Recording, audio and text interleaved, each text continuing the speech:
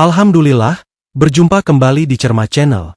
Semoga sahabat inspiratifku baik bahagia selalu sehat, dan sukses dalam beraktivitas penuh semangat. Sebelum saya berbagi cerita, ayo channelnya di subscribe, like dan komen. Semoga menjadi nilai kebaikan. Saya Saddam Hussein akan menyajikan kisah tentang gadis cantik anak pendeta mengubah gereja menjadi masjid di Jakarta. Ayo langsung saja kita simak perjalanan kisahnya berikut ini.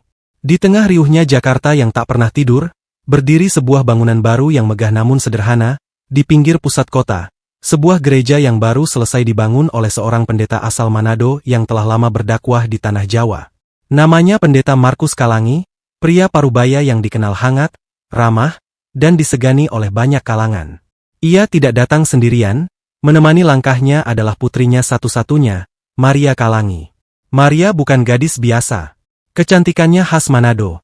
Kulit cerah alami, mata bulat bercahaya, rambut hitam panjang yang tergerai, dan senyuman manis yang selalu mengembang di wajahnya. Tapi bukan itu yang membuatnya menonjol. Ada kelembutan dalam tutur katanya, dan semangat pelayanan yang diwarisi dari sang ayah. Ia adalah gadis imut, penuh semangat, sekaligus berhati tulus. Hari itu adalah hari peresmian gereja baru. Pendeta Markus mengundang tokoh lintas agama sebagai bentuk komitmen pada toleransi dan perdamaian. Salah satu tamu undangan adalah seorang pemuda tampan yang dikenal di perkampungan sekitar sebagai seorang ustaz muda yang bijak dan bersahaja. Namanya Ustaz Fadlan. Ustaz Fadlan datang dengan pakaian sederhana, tetapi pancaran wibawanya membuat orang-orang menoleh hormat. Ketika ia tiba di tempat acara, tatapan mata Maria tanpa sadar terpaku pada sosok lelaki itu. Ada yang berbeda. Seolah waktu berhenti sejenak. Mereka bertemu secara resmi dalam acara ramah tamah setelah peresmian. Dan saat itulah, benih pertama pertemuan mereka ditanamkan oleh takdir. Pendeta Markus, dengan visi damainya, menunjuk Maria sebagai utusan gereja untuk menjalin komunikasi intensif dengan tokoh-tokoh lintas agama. Maka pertemuan demi pertemuan pun terjadi antara Maria dan Ustaz Fadlan. Awalnya semua terasa biasa. Diskusi ringan soal toleransi, kerjasama sosial, dan program kemanusiaan. Tapi siapa sangka, hati manusia bukanlah tanah kosong. Seiring waktu, perhatian tumbuh, lalu kagum, lalu, rasa itu hadir begitu saja. Maria mulai melihat sesuatu dalam diri Fadlan yang belum pernah ia lihat di pria manapun. Ketenangan yang lahir dari keyakinan, tutur yang membimbing, dan sikap yang tidak pernah menggurui. Sementara Fadlan, diam-diam mengagumi Maria yang lincah namun penuh empati. Seorang gadis yang haus akan makna sejati kehidupan. Mereka mulai saling menanti pesan, merindukan pertemuan. Dan di balik semua itu, Maria mulai menyimpan pertanyaan-pertanyaan dalam hatinya. Tentang ajaran yang diyakini Fadlan, tentang Islam yang selama ini hanya ia kenal dari kejauhan. Ia mulai membaca, bertanya, dan mendalami, diam-diam, namun dengan kesungguhan yang mendalam. Tapi jalan cinta mereka tidaklah semudah puisi. Ketika benih hidayah mulai tumbuh dalam hati Maria, badai justru mulai menerpa. Pendeta Markus mencium perubahan pada putrinya. Ia murka. Ia merasa dikhianati. Ketegangan mulai meretakkan rumah mereka. Namun Maria tidak gentar. Dan Fadlan tidak menyerah. Malam-malam Maria tak lagi sunyi. Sejak hatinya tergetar oleh dakwah lembut Ustaz Fadlan, ia merasa ada suara yang terus berbisik dalam jiwanya. Bukan sekadar cinta, tapi lebih dalam, sebuah panggilan yang tak bisa dijelaskan oleh logika. Ia mulai menyendiri di kamarnya, membuka lembar demi lembar terjemahan Al-Quran yang diam-diam ia beli. Ia membaca dengan hati yang kosong, berharap menemukan jawaban. Dan setiap ayat yang ia pahami, seakan memecah belenggu dalam dirinya. Ia menangis, bukan karena sedih, tapi karena merasakan kehadiran yang tak pernah ia rasakan sebelumnya, kehadiran Allah. Namun di luar kamar, badai mulai mengumpul. Pendeta Markus, sang ayah, menyadari bahwa anaknya berubah. Maria lebih sering diam, mulai menghindari perayaan-perayaan gereja, dan bahkan tak lagi aktif dalam pelayanan seperti dulu. Saat ia memergoki Maria membaca Al-Quran, ia meledak. "Maria!" Suaranya menggelegar. "Apa yang kamu lakukan? Kamu ini anak pendeta, bukan gadis pinggiran yang bisa berpaling seenaknya." Maria mengangkat wajahnya, matanya merah tapi teduh. "Papa, aku sedang mencari kebenaran. Apa kurangnya ajaran kita? Apa kamu sudah lupa siapa kamu?" "Tidak, Pak. Justru karena aku tahu siapa aku ingin mencari siapa Tuhanku yang sejati. Pertengkaran itu menjadi awal dari malam-malam yang lebih panjang. Rumah yang dulunya penuh kasih kini sunyi dan tegang. Pendeta Markus merasa dikhianati, sementara Maria merasa ia tak bisa mundur. Hatinya telah memilih cahaya. Di sisi lain, Ustaz Fadlan tidak tinggal diam. Ia tahu perjuangan Maria tidak mudah. Ia datang, bukan untuk memaksakan, tapi menguatkan. Dengan penuh kelembutan, ia membimbing Maria melewati badai itu. Ia tidak pernah menyuruh Maria untuk masuk Islam, tapi kehadirannya yang penuh kasih justru menjadi cermin dari kebenaran Islam itu sendiri. Hingga pada suatu malam yang sunyi, Maria berdiri di atas sajadah, meneteskan air mata. Di hadapan Allah yang kini ia kenal dengan sebenar-benarnya, ia mengucapkan 2 kalimat syahadat. Pelan, namun mengguncangkan jagat hatinya. Asyhadu an la ilaha illallah, wa asyhadu anna Muhammadan Rasulullah. Saat itulah, langit hatinya terbuka. Ia kini bukan hanya Maria Kalangi, anak pendeta. Ia adalah saudari seiman. Seorang mualaf yang memilih jalan yang sulit, tapi penuh cahaya. Keesokan harinya, ia menyampaikan keputusannya pada ayahnya. Pendeta Markus terpukul hebat. Ia bahkan mengusir Maria dari rumah. Jika kamu lebih memilih agamamu daripada keluargamu, maka kamu tidak lagi anakku, katanya dengan wajah penuh luka. Maria pergi dengan air mata. Tapi ia tak sendiri. Ustaz Fadlan menyambutnya dengan tangan terbuka. Dan dengan restu dari guru-guru Fadlan, mereka menikah secara sederhana. Tak ada pesta mewah. Tapi ada tangis haru dari para saksi. Pernikahan itu bukan sekadar ikatan cinta. Ia adalah kesaksian akan perjalanan iman. Namun, kisah ini belum berakhir. Sahabat inspiratifku yang berbahagia. Waktu terus berjalan. Hari-hari berlalu dengan keheningan yang dalam di rumah pendeta Markus.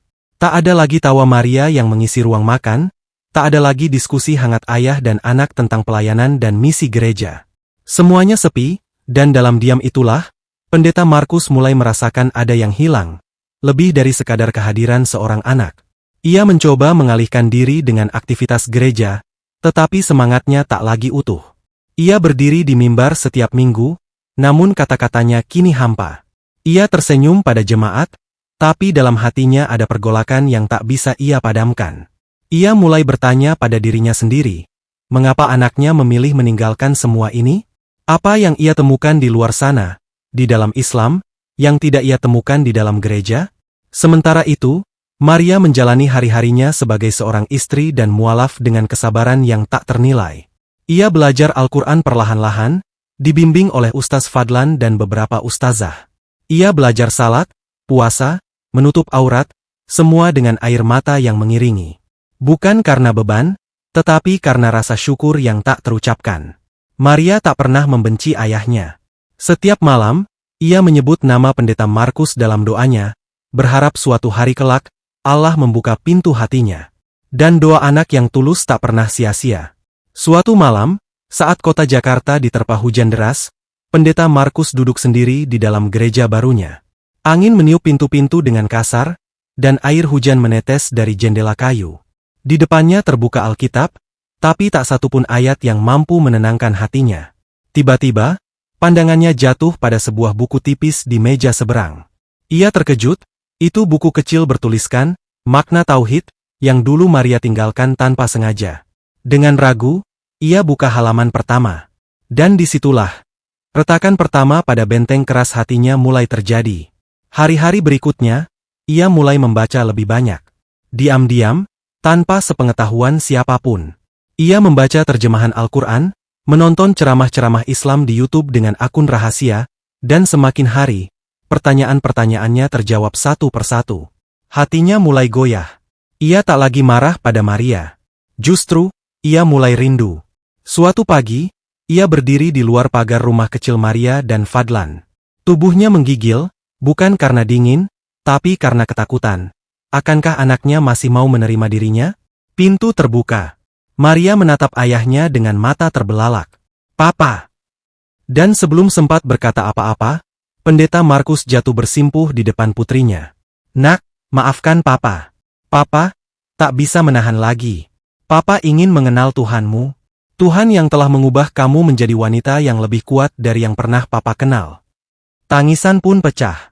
Pelukan terjadi. Dan pada hari Jumat yang mulia, di masjid kampung yang kecil, di tengah derai air mata, Pendeta Markus mengucapkan syahadat. Asyhadu an la ilaha illallah, wa asyhadu anna Muhammadan Rasulullah. Dan ia bukan yang terakhir. Berita masuk Islamnya sang pendeta menyebar ke keluarganya di Manado. Awalnya penuh pertentangan, kemarahan, bahkan caci maki. Tapi ketika mereka melihat perubahan Markus, ketenangan di wajahnya, kebijaksanaan dalam bicaranya, dan kasih yang justru semakin luas, perlahan mereka pun mulai terbuka. Tahun berikutnya, satu demi satu anggota keluarganya menyusul, istrinya, adik-adiknya, bahkan ibunya yang sudah lanjut usia. Dan pada hari yang tak pernah dibayangkan siapapun, bangunan megah yang dulunya gereja, yang dibangun dengan cinta oleh seorang pendeta bernama Markus Kalangi, resmi difungsikan sebagai Masjid An-Nur. Di jantung kota Jakarta, sebuah simbol cahaya yang datang dari ujung timur Indonesia, menyinari jantung ibu kota. Sahabat inspiratifku yang berbahagia. Langit Jakarta tampak berbeda pagi itu. Matahari seperti menyapa lebih lembut, dan angin membawa harum bunga dari taman kecil di halaman sebuah bangunan megah yang dulunya adalah gereja. Kini, di atas pintu utamanya, tergantung sebuah papan nama sederhana, Masjid An-Nur. Tak ada yang menyangka, bahkan dalam mimpi sekalipun, bahwa bangunan ini, yang dulu tempat liturgi dan pujian, akan berubah menjadi rumah sujud bagi umat Islam. Tapi itulah kuasa Allah. Dialah yang membolak-balikkan hati manusia. Masjid itu kini berdiri bukan hanya sebagai tempat ibadah, tapi sebagai saksi hidup perjalanan hidayah. Dan di hari peresmiannya sebagai masjid, orang-orang dari berbagai latar belakang datang. Muslim dan non-muslim, warga kampung dan tokoh masyarakat, semuanya berkumpul. Tak sedikit yang datang hanya karena penasaran, tapi pulang membawa air mata. Ustaz Fadlan berdiri di mimbar pertama sebagai imam masjid itu, dan di belakangnya, syaf pertama diisi oleh pria yang dulunya berdiri di altar gereja, Pendeta Markus Kalangi, yang kini menjadi saudara Muhlis Kalangi. Wajahnya bersinar. Suaranya tenang. Ia bukan lagi pendeta, tapi seorang hamba Allah yang baru terlahir. Maria duduk di bagian ahwat, memakai gamis putih dan himar syari. Wajahnya tenang, matanya basah. Di sisinya, ibunya, yang kini juga telah menjadi muslimah. Masjid An-Nur tak hanya berdiri dalam bentuk bangunan. Ia berdiri sebagai monumen cinta, hidayah, dan pengorbanan. Cinta dua insan yang bersemi dalam perbedaan, lalu mengantarkan pada persatuan dalam iman. Hidayah yang menyusup perlahan dalam hati, menembus dinding-dinding dogma, dan mengalirkan cahaya tak tertahankan. Dan pengorbanan, dari seorang anak yang rela kehilangan segalanya demi memegang kebenaran.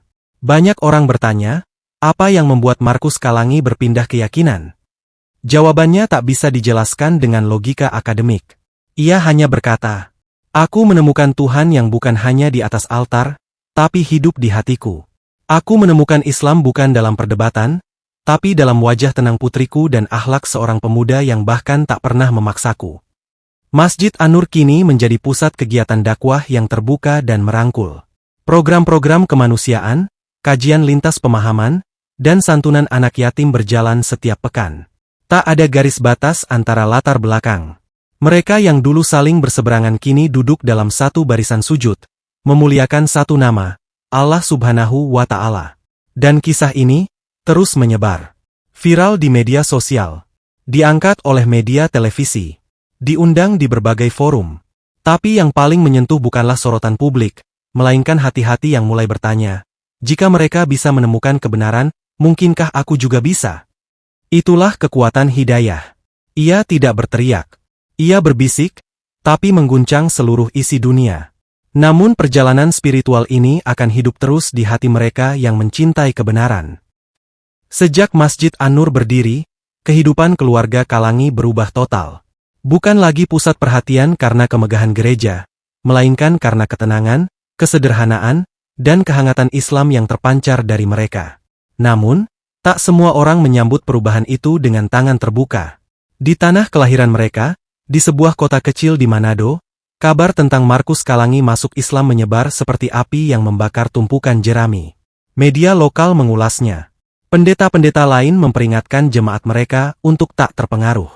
Bahkan sebagian keluarga jauh merasa malu dan marah. Tapi Markus tidak menjawab dengan debat. Ia menjawab dengan akhlak. Suatu hari, ia menerima undangan dari komunitas Kristen di Manado untuk berdialog. Banyak yang menyangka ia akan ditolak atau bahkan diserang secara emosional. Tapi dengan mantap ia datang, bukan untuk membela diri, melainkan untuk membawa kedamaian. Dengan jubah putih dan kopiah sederhana, Markus berdiri di tengah aula. Ia tidak membawa Al-Quran, tidak membawa tafsir. Ia hanya membawa kisah. Saya tidak berpindah karena benci, tapi karena cinta. Saya tidak meninggalkan gereja untuk melawan, tapi untuk mencari cahaya. Dan saya menemukannya dalam Islam yang mengajarkan saya mencintai Nabi Isa, menghormati para nabi, dan menyembah Allah yang esa tanpa sekutu. Ruangan itu hening. Bahkan mereka yang awalnya marah pun perlahan menundukkan kepala.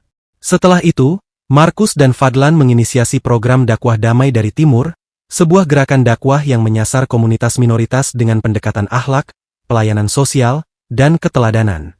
Mereka tidak membawa mikrofon, tidak mengangkat suara. Tapi mereka hadir, dengan bantuan medis, pendidikan gratis, dan pelatihan ekonomi untuk masyarakat. Maria kini menjadi aktivis muslimah yang dikenal luas. Ia mengisi forum-forum mualafah, berbagi kisahnya yang menyentuh, hingga banyak perempuan muda dari berbagai latar belakang yang akhirnya tertarik mendalami Islam. Ia tak pernah menyebut dirinya ustazah. Ia hanya berkata, "Saya perempuan yang dijemput oleh kasih sayang Allah." Dan Masjid An-Nur? Kini bukan lagi sekadar bangunan. Ia telah melahirkan masjid-masjid baru di kawasan sekitarnya, di bawah bimbingan Fadlan dan rekan-rekannya. Ia menjadi pusat kegiatan dakwah perkotaan yang lembut namun menyala, merangkul, bukan menghakimi, mendekati, bukan menggurui. Masyarakat yang dulu takut dengan dakwah, kini malah datang mencari. Mereka berkata, "Jika Islam seperti yang kalian bawa, maka itu bukan agama, itu cahaya." Sementara Markus Kalangi, kini sering dipanggil Pak Muhlis, duduk setiap pagi di tangga Masjid An-Nur, menyambut siapapun yang datang dengan senyum damai. Terkadang, ia hanya duduk memandangi masjidnya, sambil berbisik dalam hati. "Dulu aku bangun tempat ini untuk memanggil manusia kepada sesuatu yang aku kira benar. Tapi ternyata Allah memberiku kesempatan untuk membangunnya kembali, kali ini dengan sebenar-benarnya cahaya." Sahabat inspiratifku yang berbahagia. Waktu terus bergulir. Tahun demi tahun berlalu sejak Masjid An-Nur berdiri di jantung kota Jakarta. Tapi kisah keluarga Kalangi tak pernah padam. Ia terus hidup, menjadi inspirasi bagi ribuan orang, di jalan-jalan kecil perkampungan, di ruang-ruang dakwah kampus, bahkan sampai ke ruang hati yang dulu tertutup rapat oleh prasangka. Gerakan dakwah damai dari Timur kini berkembang pesat. Bukan hanya di Jakarta atau Manado, tapi merambah ke berbagai daerah yang dulu alergi terhadap dakwah. Mereka hadir dengan pendekatan yang lembut, penuh kasih, tanpa benturan. Mereka datang bukan untuk mengubah orang secara paksa, tapi untuk mengetuk hati, satu demi satu. Pak Muhlis Kalangi, dulu pendeta Markus, menghabiskan masa tuanya sebagai pembimbing para mualaf. Ia dikenal sebagai ayah para mualaf, karena kehangatan nasihat dan pelukannya yang tulus bagi siapapun yang baru mengucap syahadat. Maria, bersama suaminya Ustaz Fadlan, mengasuh sebuah pesantren kecil di pinggir Jakarta yang khusus membina para mualaf muda. Ia bukan hanya guru, tapi juga sahabat, kakak, dan ibu bagi mereka yang pernah merasa kehilangan arah. Dan Masjid An-Nur? Kini ia telah menjadi simbol perubahan. Di tengah riuhnya kota, di tengah perbedaan dan dinamika sosial, masjid itu berdiri sebagai pelita. Setiap azan yang dikumandangkan dari menaranya bukan sekadar panggilan salat, tapi panggilan untuk kembali, kepada fitrah, kepada cinta, kepada Tuhan yang Maha Esa. Dari perjalanan spiritual yang saya sajikan ini, ada beberapa hikmah dan pelajaran yang dapat kita ambil, di antaranya. Yang pertama sobatku, hidayah adalah milik Allah, datang kepada siapa saja yang dikehendakinya. Seorang pendeta yang membangun gereja bisa jadi orang yang membangun masjid, jika Allah membukakan hatinya. Dua, cinta yang benar akan menuntun kepada kebenaran, bukan hanya perasaan. Kisah Maria dan Fadlan membuktikan bahwa cinta sejati bukan sekadar rasa, tapi cahaya yang membimbing ke arah Tuhan.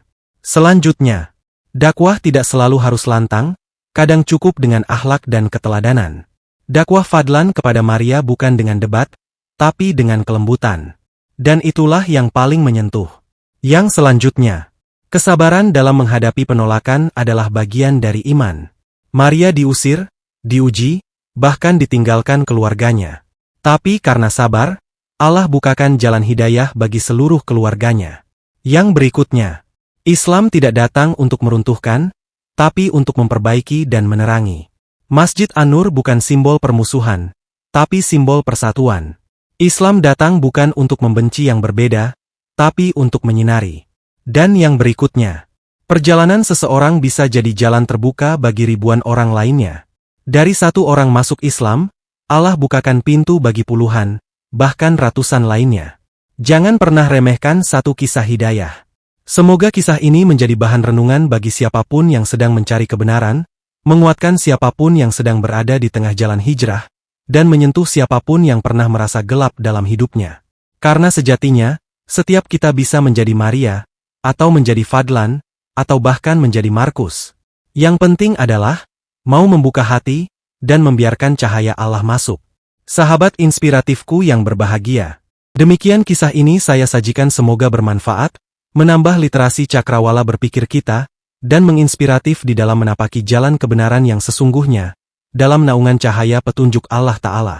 Atas subscribe channelnya, saya ucapkan terima kasih, semoga menjadi nilai kebaikan.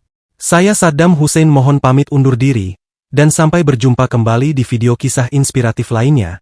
Saya sudahi perjumpaan ini dengan mengucapkan, wassalamualaikum warahmatullahi wabarakatuh.